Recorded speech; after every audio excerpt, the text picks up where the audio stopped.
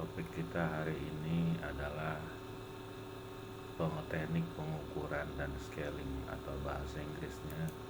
Unit 5, Measurement and Scaling Techniques. Adapun teknik metode output yang ingin dicapai dalam pelajaran ini tujuannya adalah sebagai berikut. Objectives.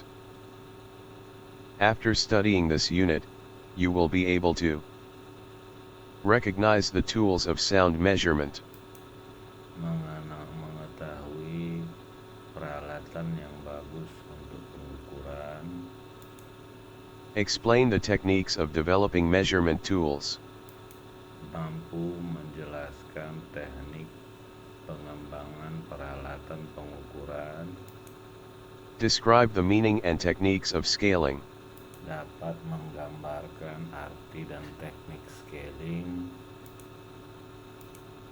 differentiate among comparative and non-comparative scales, membedakan antara skala komparatif dan skala non-komparatif. describe the multi-dimensional scaling techniques, Yang terakhir yaitu dapat menjelaskan atau menggambarkan teknik scaling multidimensional. Measurement is assigning numbers or other symbols to characteristics of objects being measured, according to predetermined rules. Concept, or construct, is a generalized idea about a class of objects, attributes, occurrences, or processes. Pengukuran adalah menggunakan angka-angka atau simbol lainnya untuk mengkarakteristik atau membuat ciri-ciri dari objek yang sedang diukur sesuai dengan aturan-aturan yang ditentukan sebelumnya.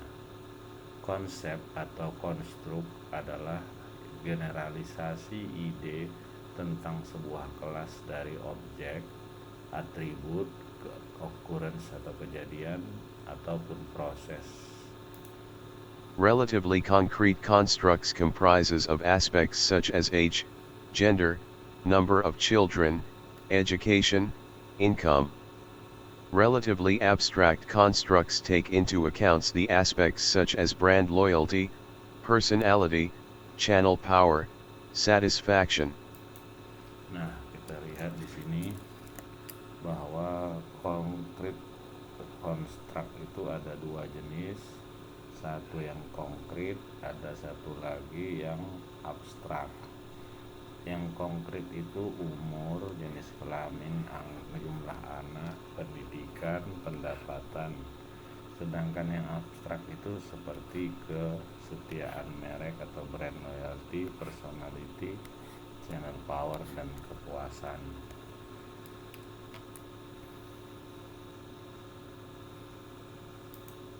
Scaling is the generation of a continuum upon which measured objects are located. Scale is a quantifying measure, a combination of items that is progressively arranged according to value or magnitude. The purpose is to quantitatively represent an item's, person's, or event's place in the scaling continuum.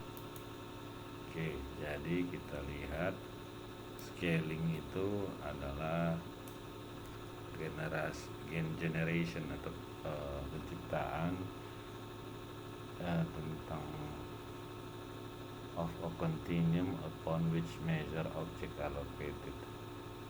Ini saya kurang paham nih, tapi yang ini skala adalah sebuah pengukuran kuantitatif atau yang menggunakan kombinasi item yang secara progresif disusun menurut nilai ataupun magnitude. Tujuannya ada secara kuantitatif untuk merepresentasikan item, orang, ataupun tempat di dalam kontinum ini. Coba kita cari ya, apa sih artinya kontinum.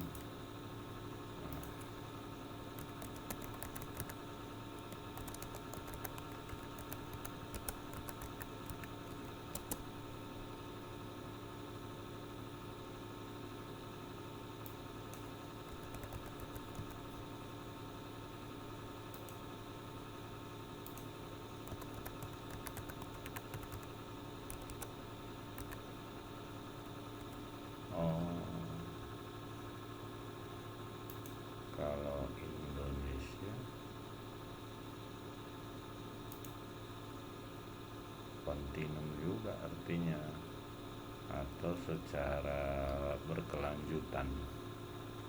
Nah, kita lanjut lagi. 5.1 Measurement Scales, Tools of Sound Measurement. These are of 4 kinds of scales, namely 1. Nominal scale, 2. Ordinal scale, 3. Interval scale, 4. Ratio scale. Jadi skala pengukuran terdiri dari 4 bagian, yaitu pertama nominal, ordinal, interval, dan rasio. Kita lanjut lagi. Apa itu nominal scale? In this scale, numbers are used to identify the objects. For example, university registration numbers assigned to students, numbers on their jerseys. Jadi pada skala nominal, angka digunakan untuk mengidentifikasikan benda-benda. The purpose of marking numbers, symbols, labels etc. in this type of scaling is not to establish an order, but it is to simply put labels in order to identify events and count the objects and subjects. Ya, jadi tujuan dari pemberian angka, simbol, ataupun label adalah untuk membuat hanya sekedar memberi nama, ya, tidak merupakan urutan, ya, ataupun tidak merupakan perhitungan. Karakteristik dari skala nominal ini adalah Characteristics. 1. It has no arithmetic origin. 2. It shows no order or distance relationship. 3. It distinguishes things by putting them into various groups. Jadi ada 3 karakter ciri-cirinya: tidak merupakan urutan aritmatika, tidak ada urutan ataupun jarak mengenai hubungannya. Jadi itu hanya membedakan hal-hal dengan menjadikannya dalam sebuah kelompok. Contohnya kita lihat. Example, have you ever visited Bangalore? Yes 1. Number 2. Yes is coded as 1 and no is coded as 2. The numeric attached to the answers has no meaning, and is a mere identification. Jadi contoh pertanyaan, apakah kamu pernah mengunjungi kota Bangalore? Kalau iya jawab 1, kalau tidak jawab 2. Jadi angka 1 dan angka 2 di sini hanya merupakan identifikasi, tidak ada artinya. Nah, kita lanjut lagi. Lanjut ke atau kita lihat dulu. Caution: it should be kept in mind that nominal scale has certain limitation, viz. 1. There is no rank ordering. 2. No mathematical operation is possible. 3. Statistical implication calculation of the standard deviation and the mean is not possible. It is possible to express the mode. Ya, jadi ada di sini kebatasan dari skala nominal. 1. Tidak ada urutan rank ordering. Tidak bisa dilakukan operasi matematika atau tambah-tambah, bagi-bagi. Secara statistik tidak bisa dilihat seberapa standar deviasi maupun rata-ratanya. Yang bisa dilakukan hanya modusnya saja. Kita masuk skala ordinal. 5.1.2 Ordinal Scale, Ranking Scale. The ordinal scale is used for ranking in most market research studies. Ordinal scales are used to ascertain the consumer perceptions, preferences, etc. For example, the respondents may be given a list of brands which may be suitable and were asked to rank on the basis of ordinal scale. 1. Lux, 2. Liral, 3. Synthol, 4. Lifeboa, 5. Hammam. Ya, jadi skala ordinal digunakan untuk membuat ranking atau urutan. Skala ordinal digunakan untuk memastikan persepsi konsumen, preference. Contohnya, responden diberikan daftar merek-merek yang mereka kira-kira cocok, dan mereka diminta menyusun urutannya. merek sabunnya, 1 Lux, Liril, Cintrol, Lifebuoy, Hamam. Nah, hasilnya ada sebagai berikut.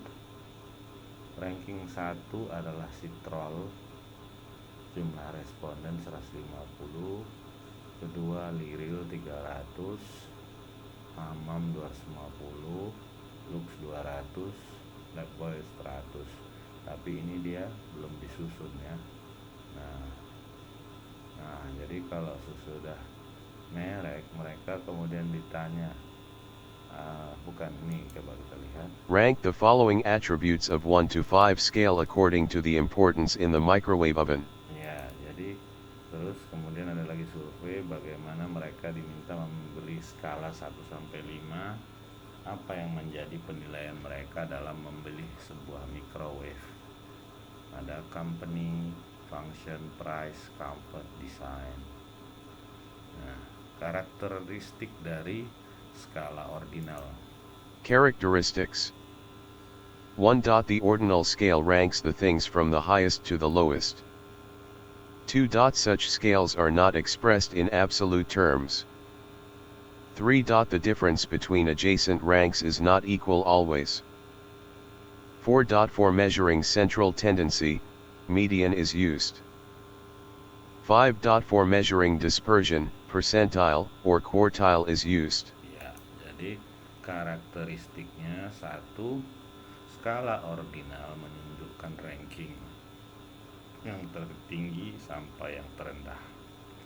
Skala ini tidak menunjukkan nilai absolut. Perbedaan antara ranking tidak selalu sama. Untuk mengukur sentral tendensi atau ukuran pemusatan, median yang digunakan. Untuk mengukur dispersi atau penyebaran, persentil atau kuartil yang digunakan. Nah, sekarang kita lihat. Did you know? What is the difference between nominal and ordinal scales? In nominal scale numbers Ya, ini kita lihat apa perbedaan antara skala nominal dan skala ordinal. In nominal scale numbers can be interchanged, because it serves only for the purpose of counting. Numbers in ordinal scale have meaning and it won't allow interchangeability. Katanya di sini, skala nominal, angka-angka bisa ditukar-tukar karena angka tersebut hanya bertujuan untuk counting, menghitung. Sementara skala ordinal, angka itu ada artinya, jadi tidak boleh dipindah-pindah. 1. Students may be categorized according to their grades of A, B, C, D, E, F etc., where A is better than B and so on. The classification is from the highest grade to the lowest grade. 2. Teachers are ranked in the university as professor, associate professors, assistant professors, and lecturers. Ya, jadi di sini juga bisa kita lihat perbedaan skala nominal dan skala ordinal. Contohnya, mahasiswa dikategorikan apakah dia yang banyak nilai A-nya atau B atau C dan seterusnya. Dosen juga diklasifikasikan dengan profesor, associate profesor, assistant profesor, dan lecturer. Nah ya, jadi kalau di skala ordinal dia merupakan ranking. Kalau skala nominal hanya merupakan angka untuk memberi label. Nah, kita lanjutin lagi. Nanti tentunya kalian bisa baca ya semua itu.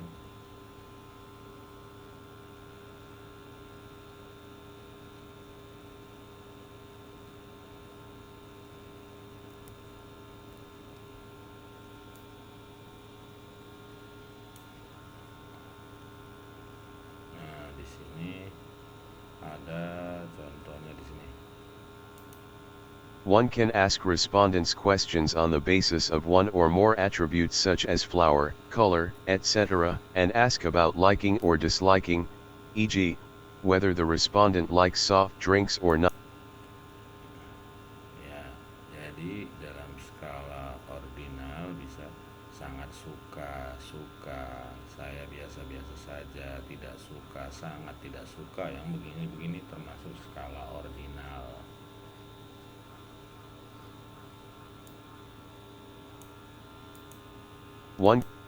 In this manner, ranking can be obtained by asking the respondent their level of acceptability. One can then combine the individual ranking and get a collective ranking of the group. Interval scale uses the principle of equality of interval, i.e., the intervals are used as the basis for making the units equal, assuming that intervals are equal. Ya, jadi skala tadi nominal, ordinal seperti ini. Jadi in this manner ranking can be obtained. Urutan bisa diperoleh atas jawaban responden berdasarkan tingkat penerimaan mereka terhadap pilihan. Seseorang dapat menggabungkan ranking individu dan membuatnya menjadi ranking kelompok. Skala interval menggunakan prinsip equality of interval, kesamaan dalam interval.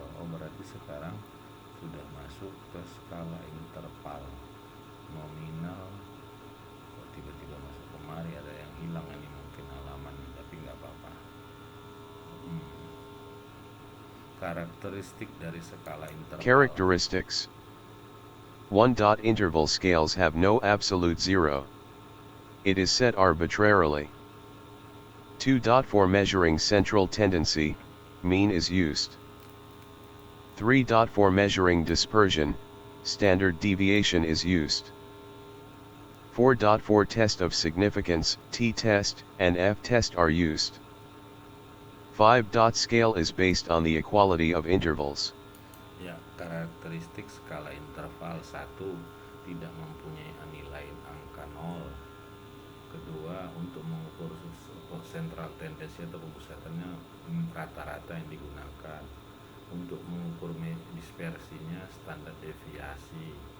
Untuk menguji signifikansinya dipakai uji T. Dan skala dia digunakan berdasarkan persamaan interval.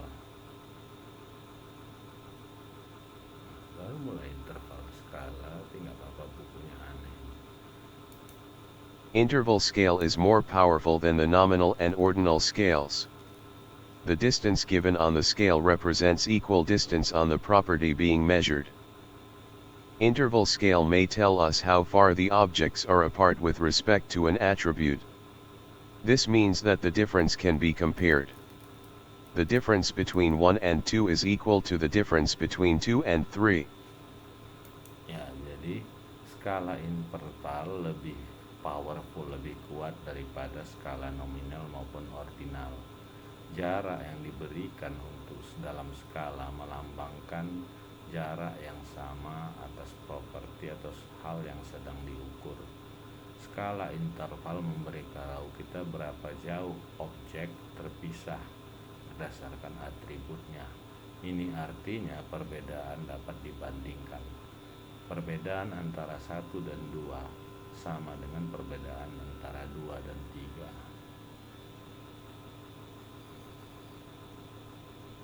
Nah, selanjutnya kita lihat karakteristik dari skala interval.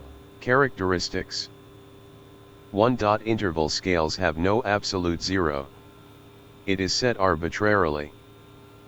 2. For measuring central tendency, mean is used.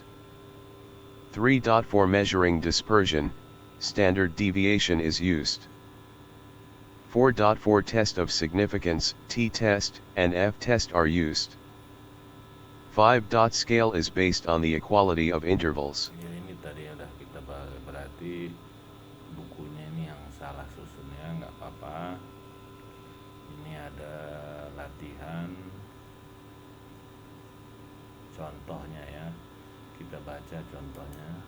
1. Suppose we want to measure the rating of a refrigerator using interval scale. It will appear as follows.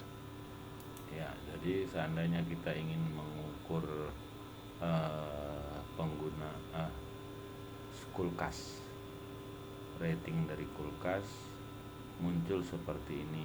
1, merek mulai dari yang terendah sampai yang bagus, harga mulai yang tinggi hingga yang terendah, pelayan sempurna jual mulai yang buruk sampai yang bagus, utility kemanfaatannya mulai yang buruk sampai yang bagus. Jadi dipilih ya. Ada lagi boleh pertanyaan skala interval. 2. How many hours you spend to do class assignment every day? Berapa jam kamu dalam satu hari mengerjakan PR? Ini ya. Nah, sekarang kita masuk yang keempat, yaitu skala rasio. Ratio scale is a special kind of internal scale that has a meaningful 0 point. With this scale, length, weight, or distance can be measured. In this scale, it is possible to say how many times greater or smaller one object is being compared to the other. Jadi skala rasio ini merupakan jenis yang khusus dari skala internal yang memiliki nilai 0. Jadi kalau tadi interval tadi nggak ada nolnya ya. Dengan skala ini kita dapat, dengan skala ini panjang, berat atau jarak dapat diukur. Dalam skala ini kita bisa mengatakan berapa lebih besar atau berapa lebih kecil objek yang sedang dibandingkan dengan yang lain. These scales are used to measure actual variables. The highest level of measurement is a ratio scale. This has the properties of an interval scale together with a fixed origin or 0 point. Ya, jadi skala ini digunakan untuk mengukur variabel yang betul-betul aktual. Pengukuran tertinggi adalah skala rasio. Jadi kalau kita urutkan tadi itu bahwa ada 4 skala. 1 skala nominal, ordinal, baru interval, terakhir adalah rasio. Jadi kalau diurutkan ini yang paling rendah, kalau kita skor dia ini 2, 3, 4, inilah yang tertinggi. Nah, kita lanjutin lagi. Examples of variables which are ratio scaled include weights, lengths, and times. Ratio scales permit the researcher to compare both differences in scores and in the relative magnitude of scores. For instance, the difference between 5 and 10 minutes is the same as that between 10 and 15 minutes, and 10 minutes is twice as long as 5 minutes. Ya, jadi skala ini digunakan example of variable, contoh variabel yang menggunakan skala rasio termasuk berat badan, tinggi badan, berapa kali. Skala rasio mengizinkan peneliti untuk membandingkan perbedaan dalam skor dan di dalam magnitude relatif dari skor tersebut. Contohnya, perbedaan antara 5 dan 10 menit sama dengan perbedaan antara 10 dengan 15 menit, dan 10 menit 2 kali lebih panjang dari 5 menit. Nah, ciri-ciri dari skala rasio. Characteristics. 1. This scale has an absolute 0 measurement. 2. For measuring central tendency, geometric and harmonic means are used. Use. Ratio scale. Ya, jadi karakteristik atau ciri-cirinya, skala ini mempunyai nilai 0. Untuk mengukur central tendency, rata-rata geometrik dan rata-rata harmonis digunakan mean atau rata-ratanya. Nah, ada self assessment. Nah, selanjutnya kita masuk teknik-teknik mengembangkan alat-alat pengukuran. The scale construction techniques are used for measuring the attitude of a group or an individual. In other words, scale construction technique helps in estimate the interest or behavior of an individual or a group towards others or another's environment rather than oneself. While performing a scale construction technique, you need to consider various decisions related to the attitude of the individual or group. Ya, jadi teknik pembuatan skala digunakan untuk mengukur perilaku dari sebuah kelompok ataupun individu. Dengan kata lain, teknik pembuatan skala membantu dalam mengestimasi ketertarikan ataupun perilaku dari sebuah individu atau kelompok terhadap lain-lain atau lingkungan lainnya daripada dirinya sendiri. Ketika melakukan teknik pembuatan skala, kamu harus mempertimbangkan berbagai keputusan yang berhubungan dengan perilaku individu atau kelompok. Beberapa di antara keputusan tersebut adalah: while performing a scale construction technique, you need to consider various decisions related to the attitude of the individual or group. A few of these decisions are: determining the level of the involved data, identifying whether it is nominal, ordinal, interval or ratio. Jadi, langkah pertama adalah menentukan keterlibatan data. Identifikasikan apakah data tersebut nominal, ordinal, interval, atau rasio. Identifying the useful statistical analysis for the scale construction. Identifikasikan penggunaan analisa statistik untuk pembuatan skala. Identifying the scale construction technique to be used. Ya, identifikasikan teknik pembuatan skala yang akan digunakan. Selecting the physical layout of the scales. Memilih layout fisik dari skala tersebut. Determining the scale categories that need to be used. Menentukan kategori skala yang mungkin digunakan. Jadi, inilah yang perlu dipertimbangkan sebelum kita membuat skala. There are two primary scale construction techniques, comparative and non-comparative. The comparative technique is used to determine the scale values of multiple items by performing.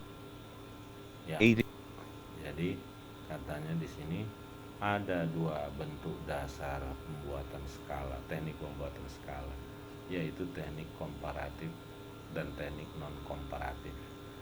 Namanya komparatif ini artinya membandingkan. The comparative teknik komparatif digunakan untuk menentukan nilai skala dari beberapa item dengan melakukan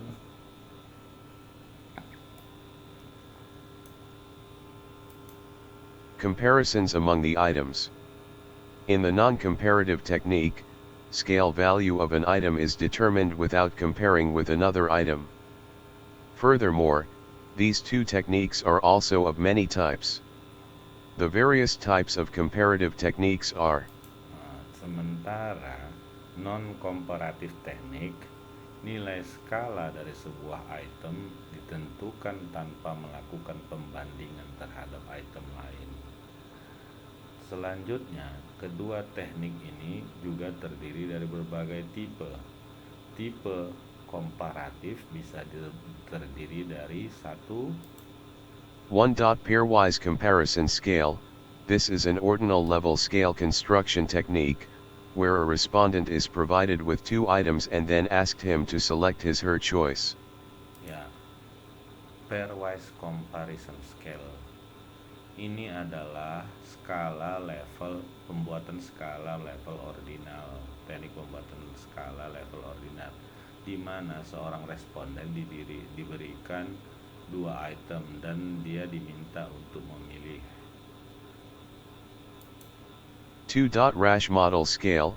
In this technique, multiple respondents are simultaneously involved with several items, and from their responses comparisons are derived to determine the scale values. Rank order scale. This is also an ordinal level scale constructing technique, where a respondent is provided with multiple items. rush model scale. Ini dalam teknik ini multiple responden secara simultan terlibat dalam beberapa item. Dari jawaban-jawaban mereka, jawaban perbandingan mereka are derived, diderivasi atau diturunkan untuk menentukan nilai skala. Jadi atau rush model scale. Jadi ini sama dengan membuat rank order ya, urutan ranking. 3. Constant sum scale. In this scale construction technique, a respondent is usually provided with a constant amount of money, credits or points that he needs to allocate to various items for determining the scale values of the items. Ya, jadi constant sum scale ini seorang responden biasanya disediakan sejumlah uang yang tetap konstan atau kredit atau nilai yang dibutuhkannya untuk mengalokasikan berbagai item dalam menentukan nilai skala dari item-item tersebut. Jadi komparatif teknik itu ada 3, pairwise, rush, konstan. Sementara non komparatif juga ada 3, kita dengarkan. 1. Continuous rating scale. In this technique, respondents generally use a series of numbers known as scale points for rating an item. This technique is also known as graphic rating scaling. Ya, jadi non komparatif terdiri dari skala rating kontinu. Responden umumnya menggunakan seri angka-angka yang dikenal sebagai poin dari skala untuk membuat rating dari sebuah item. Ya, kedua. 2. Likert scale. This technique allows the respondents to rate the items on a scale of 5 to 7 points depending upon the amount of their agreement or disagreement on the item.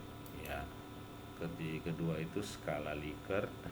Teknik ini membolehkan responden merating item dalam sebuah skala dari 1 sampai 5 atau hingga 7, tergantung pada jumlah kesetujuan ataupun ketidaksetujuan mereka terhadap item yang ditanyakan. 3. Semantic differential scale. In this technique, respondents are asked to rate the different attributes of an item on a 7-point scale. Jadi semantic difference scale, pada teknik ini responden diminta untuk memberi rating atas berbagai atribut yang berbeda dari sebuah item yang memberi dengan nilai 7. Nah, kita masuk ke topik selanjutnya yaitu scaling dan meaning. Scaling is a process or set of procedures, which is used to assess the attitude of an individual. Scaling is defined as the assignment of objects to numbers according to a rule. The objects in the definition are text statements, which can be the statements of attitude or principle. Attitude of an individual is not measured directly by scaling. It is first migrated to statements and then the numbers are assigned to them. Figure below shows the how to scale the attitude of individuals. Ya. Scaling dan meaning, scaling dan artinya. Scaling adalah sebuah proses atau sebuah set prosedur-prosedur yang digunakan untuk mengakses perilaku dari individu. Scaling didefinisikan sebagai tugas assignment of objects, dalam tugas menugaskan objek-objek terhadap beberapa angka-angka sesuai dengan aturan. Tujuan dalam definisi text statement can be statement of attitude or principle.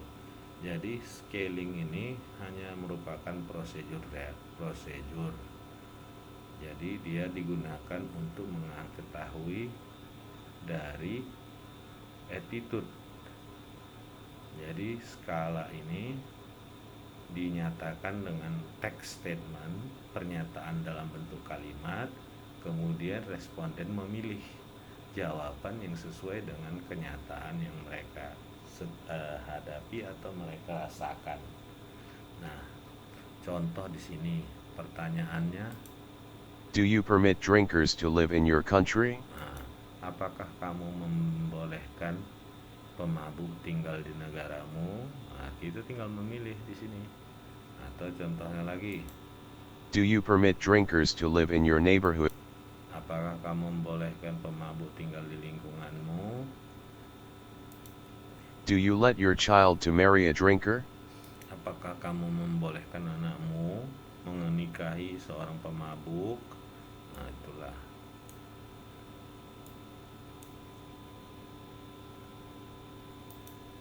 In the above figure, we are going to assess the attitude of an individual by analyzing his thoughts about drinkers.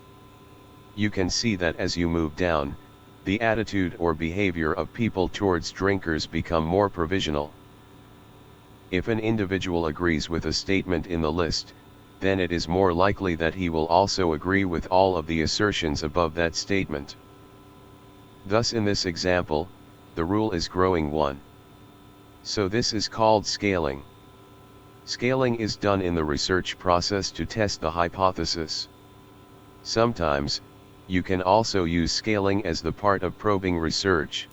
Ya, jadi dari pertanyaan yang 3 di atas ini, mulai dari yang paling umum yaitu negara, lingkungan, baru kepada individunya yaitu anaknya menikah dengan seorang pemabuk. Jadi kita di sini untuk mengakses perilaku individu dengan menganalisa pola pikirnya tentang pemabuk. Ya, jadi dari kita lihat itu bentuknya menurun dari yang paling luas hingga ke dirinya sendiri yang terakhir. Jadi jika individu setuju dengan pernyataan di dalam list atau daftar tadi, maka dapat kita katakan dia setuju dengan yang dibuat dalam pernyataan. Thus, in this example, sehingga dalam contoh ini, the rule is growing 1. Aturannya semakin tumbuh. Inilah dia disebut dengan scaling. Ya, scaling is done in the research process. Scaling dilakukan dalam proses penelitian untuk menguji hipotesis. Ya, jadi itulah ya. Nah, sekarang komparatif dan non-komparatif teknik scaling. 1. Comparative scales, it involved the direct comparison of 2 or more objects. 2. Non-comparative scales, objects or stimuli are scaled independently of each other. Ya, jadi komparatif scale melibatkan perbandingan langsung dari 2 atau lebih objek. Non-comparative scale, objek atau stimuli diskalakan secara independen dari masing-masing, jadi tidak terikat. Nah, kita lihat di sini. Ini. Scaling techniques. Ya, scaling teknik. Comparative scales. Comparative scale. Non-comparative scales. Non-comparative scale. Teknik scaling terbagi 2, komparatif dan non-komparatif. Komparatif terdiri dari paired comparison, rank order, constant sum. Ya, ada 3 dia. Pair comparison, rank order, constant sum. Non-komparatif terdiri dari continuous rating scales, itemized rating scales. Ya, jadi terdiri dari 2, continuous sama itemized. Itemized terdiri dari 3 bagian lagi, yaitu Likert, semantic differential, staple. Ya, inilah dia. Nah, comparative scaling teknik. Ini keterangannya. Paired comparison. Perbandingan pasangan. Ini ada teorinya di sini. Ini kalian baca. Nah, sekarang rank order scaling. 1. Respondents are presented with several objects simultaneously too. Then asked to order or rank them according to some criterion. 3. Data obtained are ordinal in nature, arranged or ranked in order of magnitude. 4. Commonly used to measure preferences among brands and brand attributes. Rank order scaling, respon 1. Responden dipresentasikan dengan beberapa objek secara simultan atau bersamaan. Kemudian diminta untuk menyusun atau membuat ranking sesuai dengan kriteria tertentu. Data diperoleh adalah data ordinal dalam bentuk yang sudah diatur dan diukur sesuai dengan magnitudenya. Secara umum digunakan mengukur tingkat kesukaan antara di beberapa merek ataupun atribut-atribut merek. Sekarang ini constant sum scaling. 1. Respondents are asked to allocate a constant sum of units among a set of stimulus objects with respect to some criterion. 2. Units allocated represent the importance attached to the object. Jadi constant sum scaling, responden diminta untuk mengalokasikan jumlah yang konstan di antara satu set atau sekumpulan stimulus, satu set kumpulan stimulus objek yang berhubungan dengan kriterianya. Unit-unit dialokasikan melambangkan tingkat kepentingan yang melekat pada objek tersebut. 3. Data obtained are interval in nature. 4. Allows for fine discrimination among alternatives. Data diperoleh bentuknya interval, memperbolehkan diskriminasi atau perbedaan antara alternatif-alternatifnya. Kita lihat contohnya. Example, listed below are 4 marketing professors, as well as 3 aspects that students typically find important. For each aspect, please assign a number that reflects how well you believe each instructor performs on the aspect. Higher numbers represent higher scores. The total of all the instructors' scores on an aspect should equal 100. Jadi berikut ini ada dosen profesor marketing 4 orang dan mereka dinilai sedang ditanyakan kepada mahasiswanya, yaitu terdiri dari 3 aspek ya yang menurut mereka.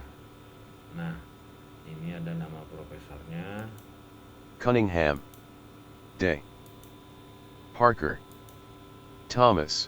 Nah, jadi keempat inilah yang sedang dinilai. Apa kriterianya? Ada 3 kriterianya. Availability, fairness, ketersediaan, easy tests. Nah, yaitu 1, selalu gampang dijumpai atau teman berdiskusi. Fair, orangnya adil. Tesnya lebih mudah. Nah, jadi inilah skor atau nilai-nilai yang diberikan oleh mahasiswa. Nah, sekarang kita lihat non-comparative scale. Pertama, continuous rating scale. Jadi dia mulai dari yang paling rendah sampai yang paling bagus, mulai dari 0 sampai 100. Skala Likert. Nah. It is known as summated rating scale. This consists of a series of statements concerning an attitude object. Each statement has 5 points, agree and disagree on the scale. Ya, jadi ini terdiri dari 5 ya, contohnya ya seperti ini. Nah, strongly disagree. Sangat tidak setuju. Disagree, neither agree nor disagree. Agree, strongly agree. Jadi sangat tidak setuju, bisa setuju, bisa tidak setuju, setuju, sangat setuju sekali. Nah, jadi ini ada contoh, dia meminta orang untuk mengisi apa yang pertanyaan utama tujuannya. Table 5.1, Evaluation of Globus the supermarket by respondent. Ya, dia ingin mengevaluasi supermarket Globus ya. Nah, apa-apa saja yang item dalam skala Likertnya? Likert scale items. Nah, 1. 1. Salesmen at the shopping mall are courteous. 2. Shopping mall does not have enough parking space. 3. Prices of items are reasonable. 4. Mall has wide range of products to choose. 5. Mall operating hours are inconvenient. 6. The arrangement of items in the mall is confusing. Nah, inilah dia semua yang jadi item yang harus diberikan skala Likert. Nah, jadi mereka pilih respondennya. Nah, sekarang kita masuk Semantic differential scale. Ya, skala beda semantik. This is very similar to the Likert scale. It also consists of a number of items to be rated by the respondents. The essential difference between Likert and semantic differential scale is as follows. It uses bipolar adjectives and phrases. There are no statements in the semantic differential scale. Each pair of adjective is separated by a 7-point scale. Ya, jadi ini semantic difference scale ini sangat mirip dengan skala Likert. Juga terdiri dari angka-angka item yang untuk di rating oleh responden. Perbedaan utama antara Likert dan semantic difference scale adalah sebagai berikut. 1. Menggunakan bipolar adjektif dan frasa. Tidak ada pernyataan dalam semantic difference scale. Ya, jadi kalau semantic difference scale itu tidak ada kalimat pernyataan yang meminta kita setuju tidak setuju ya. Dia hanya memberikan rating. Nah, kita lihat dulu contohnya. Semantic differential scale items. Please rate the 5 real estate developers mentioned below on the given scales for each of the 5 aspects. Ya, jadi semantic difference scale ini contohnya berikan rating 5 pengembang perumahan yang diberikan di bawah ini dengan skala yang ditentukan untuk setiap 5 aspek tersebut. Nah, kita lihat 1. Not reliable. 2. Expensive. 3. Trustworthy. 4. Untimely delivery. 5. Strong brand image. Poor brand. Reliable. Not expensive. Not trustworthy. Timely delivery. 5. Strong brand image. Poor brand image. ya, jadi ada 5 kriteria yang diberikan pertama. Jadi di sebelah kiri ini semua itemnya itu adalah yang positif semua ya. Yang negatif. Ini yang negatif. Ya, jadi di sini yang positif. Jadi dia di tengah-tengah diberikan scoring. Dimulai di tengah, yaitu di tengahnya harus 0. Kalau dia ada 3 berarti negatif 3, negatif 2, 1, baru 1, 2, 3. Jadi mana yang dipilih konsumen terserah saja. Kalau dia berarti kemari yang dipilihnya berarti dia mendekati not reliable, tidak dapat dipercaya. Nah, kita lanjutkan lagi. Nah, ada yang disebut Thurston Scale. Thursday Stone Scale. Thurston Scale. Apa pula Thurston Scale ini? Kita baca. This is also known as an equal appearing interval scale. The following are the steps to construct a Thursday Stone Scale. Step 1. To generate a large number of statements relating to the attitude to be measured. Step 2. These statements, 75 to 100. Nah, ini kalian baca saja Thurston Scale ini. Nah, kita lanjut lagi. Nah, yang terakhir Multidimensional scaling. ya, multidimensional scaling. Apa ini? Scaling multidimensi ini yang paling rumit barangkali ya. This is used to study consumer attitudes, particularly with respect to perceptions and preferences. These techniques help identify the product attributes that are important to the customers and to measure their relative importance. Multidimensional scaling is useful in studying the following. Ya, jadi digunakan untuk melihat perilaku konsumen, khususnya berhubungan dengan persepsi dan preference, rasa lebih suka. Jadi mengidentifikasikan atribut produk yang lebih penting bagi pelanggan atau konsumen dan melihat relatif kepentingannya. Multidimension scaling digunakan sebagai berikut. 1. What are the major attributes considered while choosing a product, soft drinks, modes of transportation? B. Which attributes do customers compare to evaluate different brands of the product? Is it price, quality, availability, etc.? 1A. Atribut apa yang paling dipertimbangkan dalam memilih produk, contohnya produk soft drink, moda transportasi. B. Atribut mana yang dibandingkan konsumen untuk mengevaluasi perbedaan merek dari sebuah produk, apakah harga, kualitas, dan ketersediaan. Nah, jadi multidimensional scaling ini ya terdiri dari multidimensi. Nah, kita lihat di sini. There are two ways of collecting the input data to plot perceptual mapping. 1. Non-attribute method. Here, the researcher asks the respondent to make a judgment about the objects directly. In this method, the criteria for comparing the objects is decided by the respondent himself. Ada dua cara mengumpulkan data-data untuk mapping, membuat peta persepsi. Pertama, metode non-atribut. Di sini peneliti diminta menanyakan responden untuk membuat penilaian tentang objek secara langsung.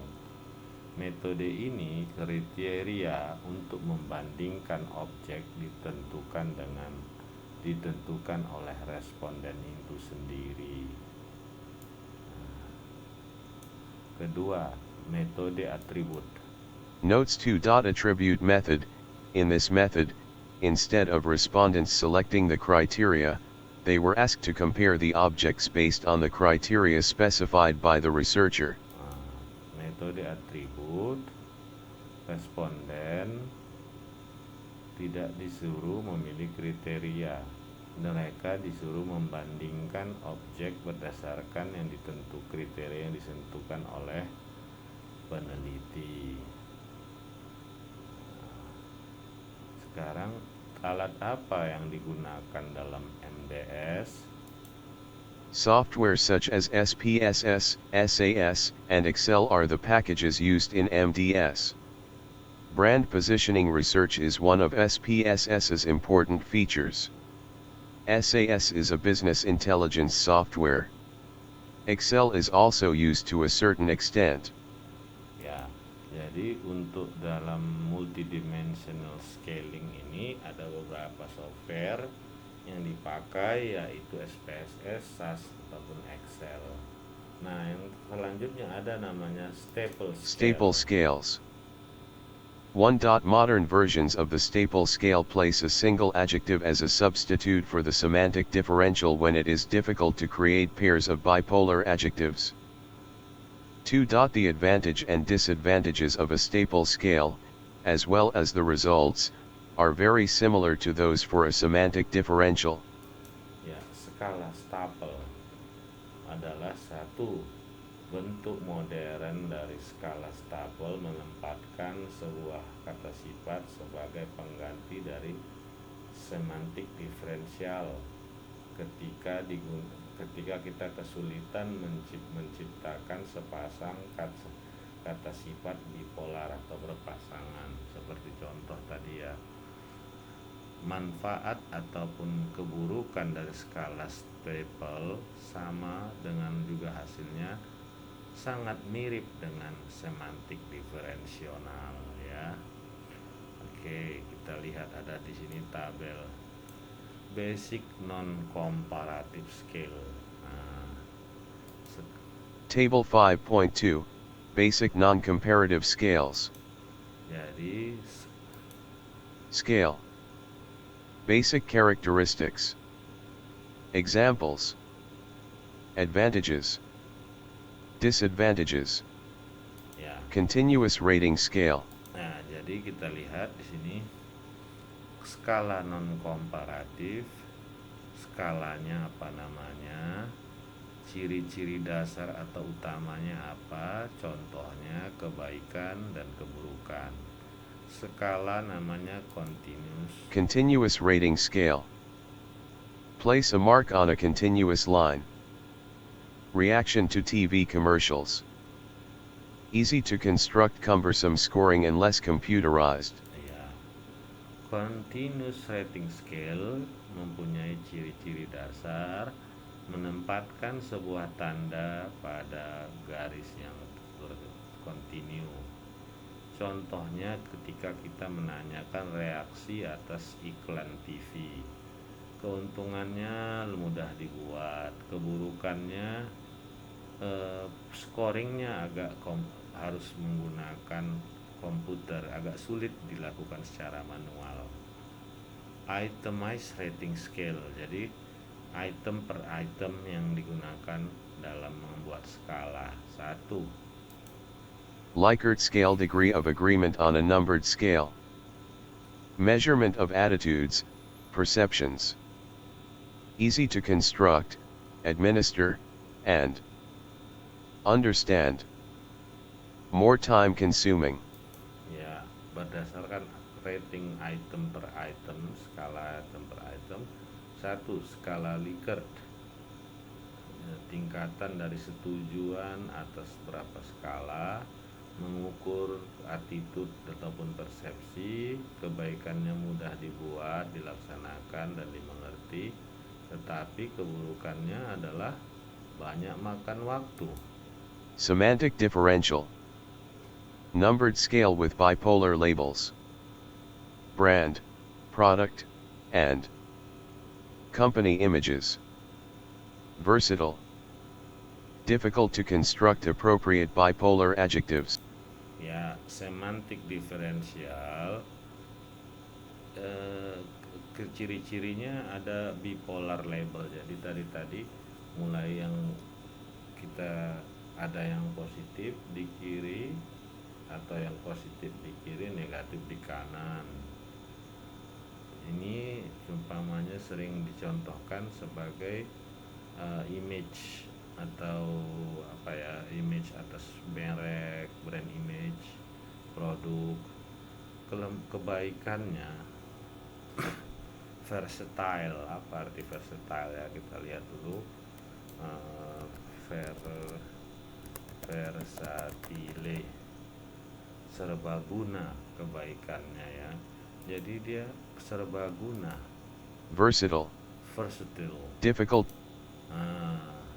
Dia serbaguna, tapi keburukannya sulit untuk membuat kata bipolar yang tepat. Terakhir, skala Staple. Staple scale, unipolar numbered scale, no neutral point. Measurement of attitudes and images. Easy to construct, can administer over telephone. Confusing, difficult to apply. Ya, skala Staple bersifat unipolar, jadi dia hanya satu saja dan mengukur perilaku dan citra. Kebaikannya dapat mudah dibangun dan bisa dilakukan hanya melalui telepon saja, tetapi sangat membingungkan ketika kita mengaplikasinya. Nah, sekarang kita masuk ke kriteria dalam uji yang bagus. There are 2 criteria to decide whether the scale selected is good or not. They are 1. Reliability, and 2. Validity.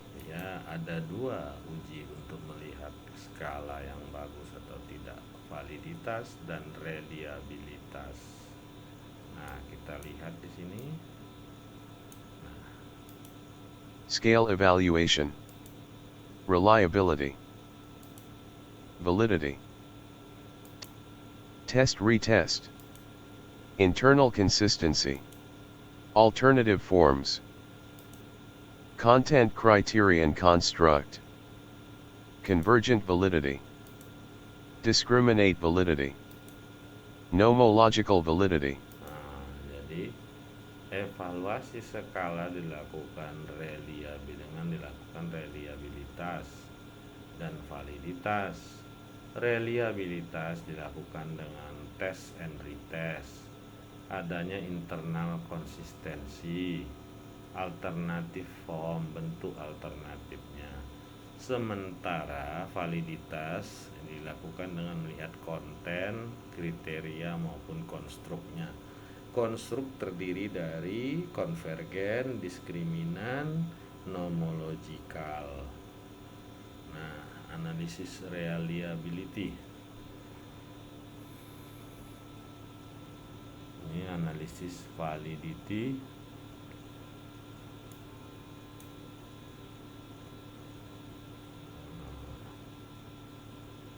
Ini ada gambarnya. Kesimpulan, kita masuk kesimpulannya. 5.6 Summary. Measurement can be made using nominal, ordinal, interval or ratio scale. Kesimpulan, pengukuran dapat dilakukan dengan menggunakan skala nominal, ordinal, interval, ataupun rasio. The scales show the extent of likes-dislikes, agreement-disagreement or belief towards an object. Ya, skala itu menunjukkan suka tidak suka, setuju tidak setuju, atau nilai kepercayaan atas sebuah objek. Each of the scale has certain statistical implications. Setiap skala memiliki implikasi terhadap statistik. There are 4 types of scales used in market research, namely paired comparison, Likert, semantic differential, and Thursday Stone scale. Ada 4 jenis skala digunakan dalam penelitian pasar, yaitu pair comparison, Likert, semantic differential, dan Thurston scale. Likert is a 5-point scale, whereas semantic differential scale is a 7-point scale. Jadi skala Likert nilainya 5, 1, 2, 3, 4, 5. Sementara semantic differential scale adalah nilainya 7. Bipolar adjectives are used in semantic differential scale. Adjektif bipolar digunakan dalam skala semantik diferensial. Thursday Stone scale is used to assess attitude of the respondents group regarding any issue of public interest.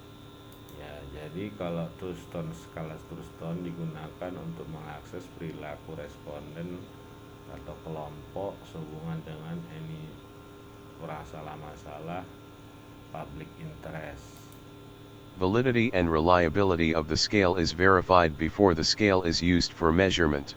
Ya, validitas reliabilitas digunakan untuk memverifikasi sebelum digunakannya skala tersebut. Validity refers to does the scale measure what it intends to measure. Jadi validitas itu diterjemahkan apakah skala pengukuran bisa mengukur apa yang diinginkan. There are 3 methods to check the validity. Which type of validity is required depends on what is being measured. Ada 3 metode untuk mengecek validitas. Jenis validitas yang mana yang dibutuhkan tergantung pada apa yang diukur. Nah, ini ada soal.